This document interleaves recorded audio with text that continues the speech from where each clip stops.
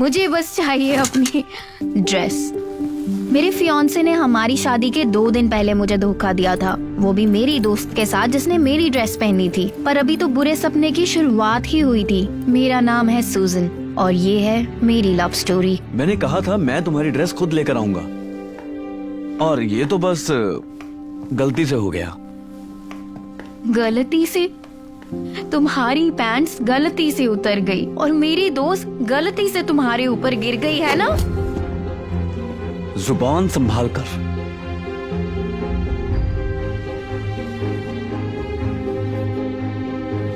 मैं तुम्हें याद दिला दूं कि 2 दिनों में मैं तुम्हारा हस्बैंड बन जाऊंगा। मैं तुम्हारे साथ शादी नहीं करूंगी। सच में तुम्हारे पेरेंट्स ने हमारी शादी के लिए बहुत खर्चा किया है, और तुम्हें लगता है कि वो तुम्हें सब कुछ खराब करने देंगे? चलो भी। तुम अपनी जिंदगी में खुद कोई भी फैसला नहीं ले सकती हो। मैं जल्दी ही शादी करूंगी, पर तुम्हारे साथ नहीं। बस भी करो अब। तुम 2 दिनों में दूल्हा कैसे ढूंढोगी? मैं उसे 2 मिनट में ढूंढ लूंगी। मैं किसी भी अजनबी के साथ शादी करने को तैयार थी ताकि इस स्टीवन से शादी ना करनी पड़े। आप शादीशुदा हैं? सिंगल हूँ और कोई बच्चे भी नहीं। क्या तुम्हें $1000 चाहिए? कौन मना करेगा? बढ़िया, तो डील ये है, आज मेरे साथ शादी करो और आज रात तक तुम्हारे अकाउंट में पैसे आ जाएंगे। वैसे मैं बता दूं, मेरा नाम तुम अजीत है। पागल हो गई हो? ये सब कुछ बंद करो अभी। ये मेरी होने वाली पत्नी, और इसको हाथ भी मत लगाना। स्टीवन ने आज तक ऐसा 2 सालों में कुछ भी नहीं किया। मैं इस अजनबी की हिम्मत पे हैरान थी। क्या तुम किसी भी अजनबी से शादी कर लोगी? किसी धोखेबाज से शादी करने से तो अच्छा ही है। तुम्हारा दिमाग सही है? तुम इतनी आसानी से ये सब नहीं कर सकती, ये याद रखना।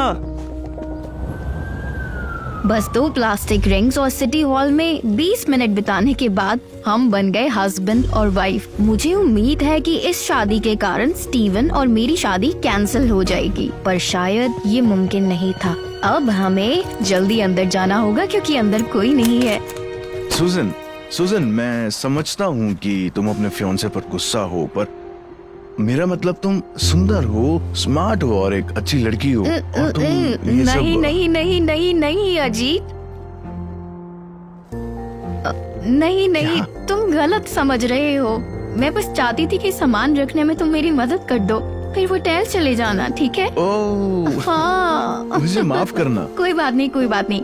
मेरी तारीफ करने के लिए शुक्रिया। अब अंदर आ जाओ।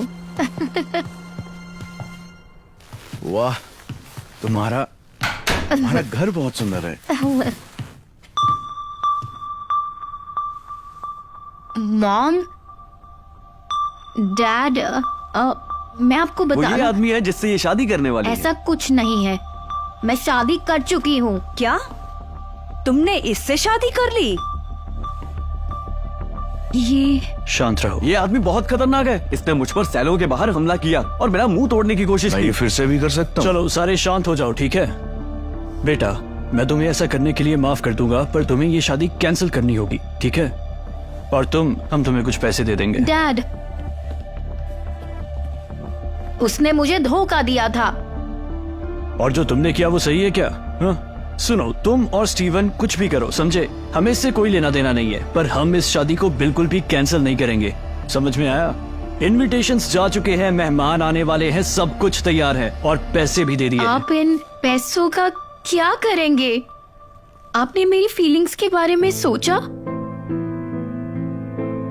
सूजन, हम तुम्हारे फ्यूचर के बारे में सोच रहे हैं। मॉम सुनो, मैं स्टीवन के साथ नहीं रह सकती बस इसलिए क्योंकि आपने शादी में पैसे खर्च किए बस हैं। अब बहुत हो गया। इसी वक्त से तुम्हारे सारे क्रेडिट कार्ड्स और बैंक अकाउंट्स में ब्लॉक करवा रहा हूँ। तो अगर तुम इस घर से बाहर गई तो इस हॉट डॉग के पैसे भी नहीं चुका पाओगी।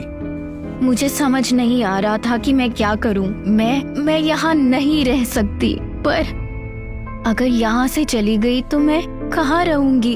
और मैंने अजीत से वादा किया था कि मैं शादी करने के उसे पैसे दूंगी। खैर,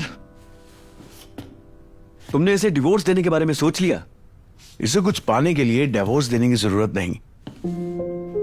मैं अपनी पत्नी का ध्यान रखूंगा। चलो चलते हैं।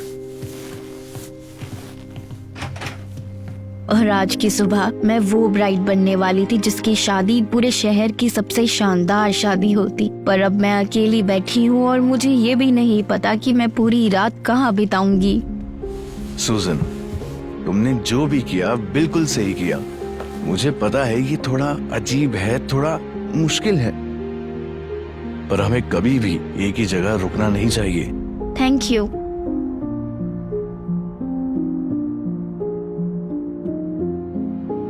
काश हमारे पास आज की हाँ। रात बिताने के लिए एक बेड होता। तुम फिक्र मत करो, देखो हमारे पास कितने सारे पीचेस पड़े हुए हैं, इन्हें बेचते हैं, फिर हमारे पास होटल और ब्रेकफास्ट लेने के लिए काफी पैसे होंगे। तुमने सही कहा। हाँ। ठीक है। अरे मैं मजाक कर रहा हूँ, मैं अपनी पत्नी से कोई इतना भारी सामान थोड़ा ना उठवाऊंगा, ठीक है ना? ये सारे काम मैं खुद कर लूं, तुम बस इधर आओ, बैठो और आराम से इधर बैठो और ये पकड़ो। मैं वहाँ पे बैठी साथ में पीच खा रही थी और मैं अपनी आंखें अजीत से हटा ही नहीं पा रही थी। मुझे वो बहुत ही ज्यादा खुश रख रहा था और ये मानना बिल्कुल भी मुश्किल नहीं था कि वो कितना हैंडसम है। और फिर मुझे एहसास हुआ कि मैं इस आदमी से प्यार करने लगी हूँ। जरा ये देखो, एक ऐसा पीच ढूंढना बहुत मुश्किल है जिसका कलर और शेप एकदम बढ़िया हो। ये एकदम अलग है, एकदम अलग, बिल्कुल तुम्हारी तरह, बिल्कुल अलग है, एकदम तुम्हारी तरह और तुम्हारे जैसा भी।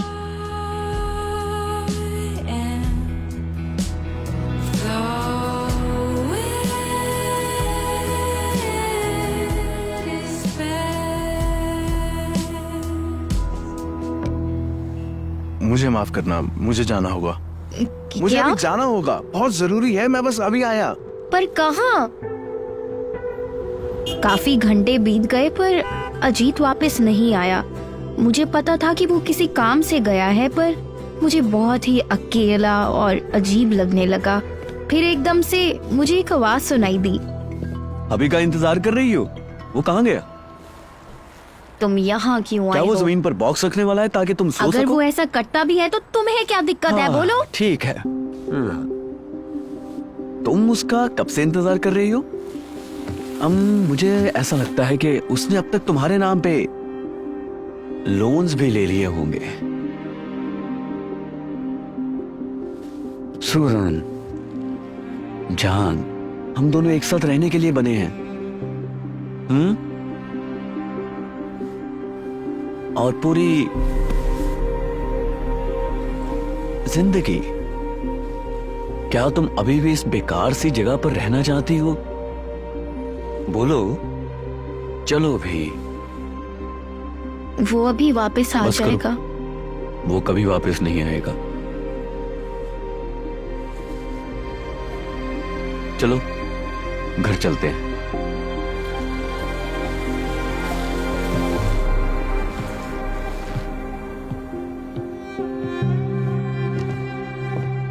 पिछली सीट पर बैठ जाओ।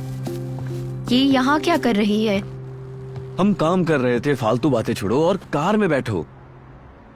ओ चलो भी प्लीज, कार में बैठो। और उस वक्त मुझे अजीत की बातें याद आई। तुमने जो भी किया अच्छा किया, पर तुम्हें कभी एक जगह पे नहीं रुकना चाहिए। नहीं,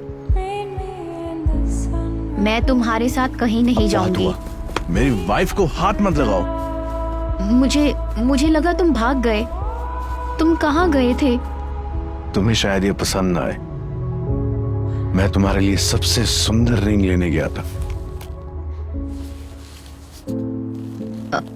डायमंड? ये तुम कहाँ से लेकर आए? चुराई होगी। एक लोडर के पास पैसे कहाँ होते? मैं लोडर नहीं हूँ, तो अपनी जुबान बंद रखो।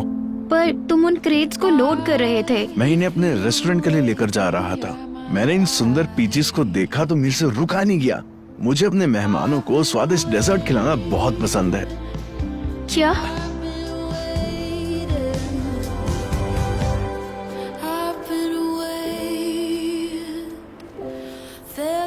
मैंने कहा था ना, मैं तुम्हारा अच्छे से ध्यान रखूंगा।